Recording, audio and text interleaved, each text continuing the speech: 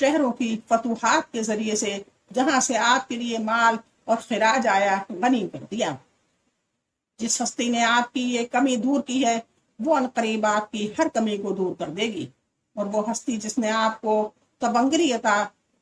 تک پہنچایا، آپ کو پناہ دی، آپ کو نصرت عطا کی اور آپ کو راہ راستے نوازا، اس کی نعمت پر شکر کیجیے۔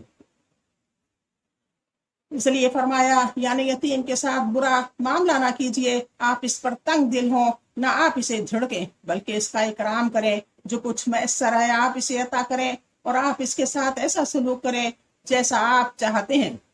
کہ آپ کے بعد آپ کی اولاد سے کیا جائے۔ یعنی آپ کی طرف سے سائل کے لیے کوئی ایسی بات یعنی ڈانٹ اور ترش روئی وغیرہ صادر نہ ہو جو سائل کو اس کے مطلوب سے رد کرنے کی متقضی ہو، بلکہ آپ کے پاس جو کچھ میسر ہے اسے عطا کر دیجیے، جو کچھ میسر ہے اسے عطا کر دیجیے یا ایسے معروف اور بھلے طریقے سے لوٹا دیجیے۔ اس میں مال کا سوال کرنے والا اور علم کا سوال کرنے والا دونوں داخل ہیں۔ بنابراین متعلم کے ساتھ حسن سلوک، اکرام و تکریم اور شفقت و مہربانی سے پیش آنے پر مامور ہے، کیونکہ ایسا کرنے میں اس کے مقصد میں اس کی اعانت اور اس شخص کے لیے اکرام و تکریم ہے جو قوم و ملک کو نفع پہنچانے کے لیے کوشش میں لگا ہے۔ فرمایا اور اپنے رب کی نعمتوں کو، اس میں دینی اور دنیاوی دونوں نعمتیں شامل ہیں، بیان کرتا رہا۔ یعنی ان نعمتوں کے ذریعے سے اللہ تعالیٰ کی حمد و ثنا بیان کیجیے، اور اگر کوئی مصلحت ہو تو ان کا خاص طور پر ذکر کیجیے، ورنہ اللہ تعالیٰ کی نعمتوں کا اللہ تعالیٰ ذکر کیجیے، کیونکہ اللہ تعالیٰ کی نعمت کا ذکر اس پر شکر گزاری کا موجب اور دلوں میں اس ہستی کی محبت کا موجب ہے جس نے نعمت عطا کی، کیونکہ محسن کے ساتھ محبت کرنا دلوں کی فطرت ہے۔ اب الانشراح کا مطلب اور تفسیر۔ الانشراح جس کو علم نشرہ بھی کہتے ہیں، بسم اللہ الرحمن الرحیم، اس کی ترجمہ کیا نہیں کھول دیا ہم نے آپ کے لیے آپ کا سینہ، اور ہم نے اتار دیا آپ سے آپ کا بوجھ، وہ جس نے توڑ دی تھی آپ کی کمر، اور ہم نے بلند کر دیا آپ کے لیے آپ کا ذکر، بس یقیناً یہ ہر تنگی کے ساتھ آسانی ہے، بلا شبہ ہر تنگی کے ساتھ آسانی ہے۔ بس جب آپ فارغ ہو جائیں تو محنت کیجیے اور اپنے رب کی طرف بس رغبت کیجیے۔ اللہ تبارک و تعالیٰ اپنے رسول صلی اللہ علیہ وآلہ وسلم پر اپنے احسان کا ذکر کرتے ہوئے فرماتا ہے، یعنی شرائع دین اللہ تعالیٰ کی طرف دعوت دینے، مکارم اخلاق سے متصف ہونے، آخرت کو مد نظر رکھنے اور نیکیوں کی تسہیل کے لیے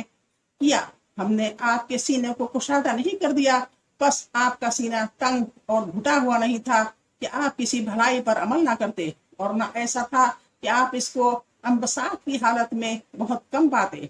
یعنی ہم نے آپ سے آپ کے گناہ کا بوجھ اتار دیا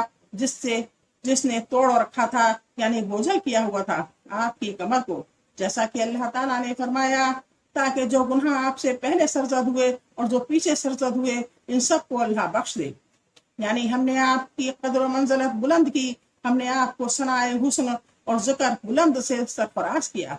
جہاں آج تک مخلوق میں سے کوئی ہستی نہیں پہنچ سکی۔ بس جب بھی اللہ تعالیٰ کا ذکر کیا جاتا ہے تو اس کے ساتھ رسول اللہ صلی اللہ علیہ وآلہ وسلم کا ذکر کیا جاتا ہے۔ مثلا اسلام میں داخل ہوتے وقت اذان اور اقامت کے اندر خطبوں اور دیگر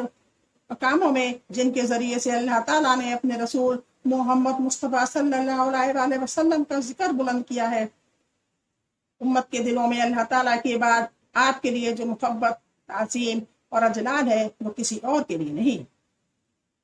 بس اللہ تعالیٰ آپ کو آپ کی امت کی طرف سے افضل ترین جزائے خیر عطا کرے جو کسی نبی کو اس کی امت کی طرف سے عطا کی ہے۔ اللہ تعالیٰ کا ارشاد، بے شک تنگی کے ساتھ آسانی ہے، بے شک تنگی کے ساتھ آسانی ہے، ایک عظیم الشان خوشخبری ہے۔ جب بھی کوئی تنگی اور سختی پائی جائے گی تو اس کے ساتھ ساتھ آسانی بھی ہوگی، حتیٰ کہ اگر تنگی گوہ کے بل میں داخل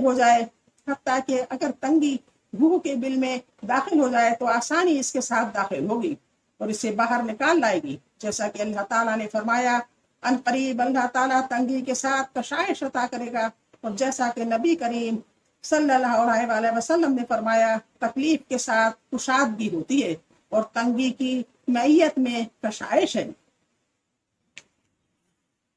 دونوں آیات کریمہ میں العصر کو معرفہ استعمال کرنا دلالت کرتا ہے کہ وہ عہد ہے، اور اليسر کو نکرہ استعمال